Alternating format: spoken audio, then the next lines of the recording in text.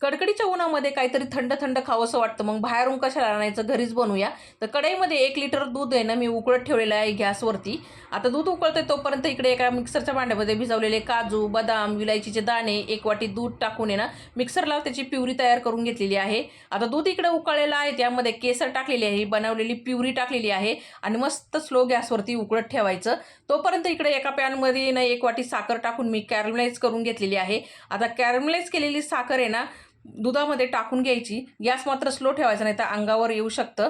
आणि दूध चांगलं घट्ट होऊस्तोवर आहे ना स्लो गॅसवरती उकळून घ्यायचं. आता दूध घट्ट झालंय, गॅस बंद करून मिश्रण थंड करून घेतलंय. नंतर ग्लासामध्ये कुल्फी मोडमध्ये आणि टी कपमध्ये ओतून त्याला प्लॅस्टिकच्या शीटनी कव्हर करून आहे ना 5 तास मी फ्रीजरला ठेवलं होतं.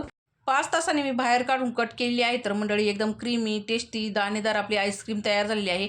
अशा पद्धतीने नक्की ट्राय करा. चला तर भेटूया पुढच्या व्हिडिओमध्ये. तोपर्यंत मस्त खा, स्वस्त राहा.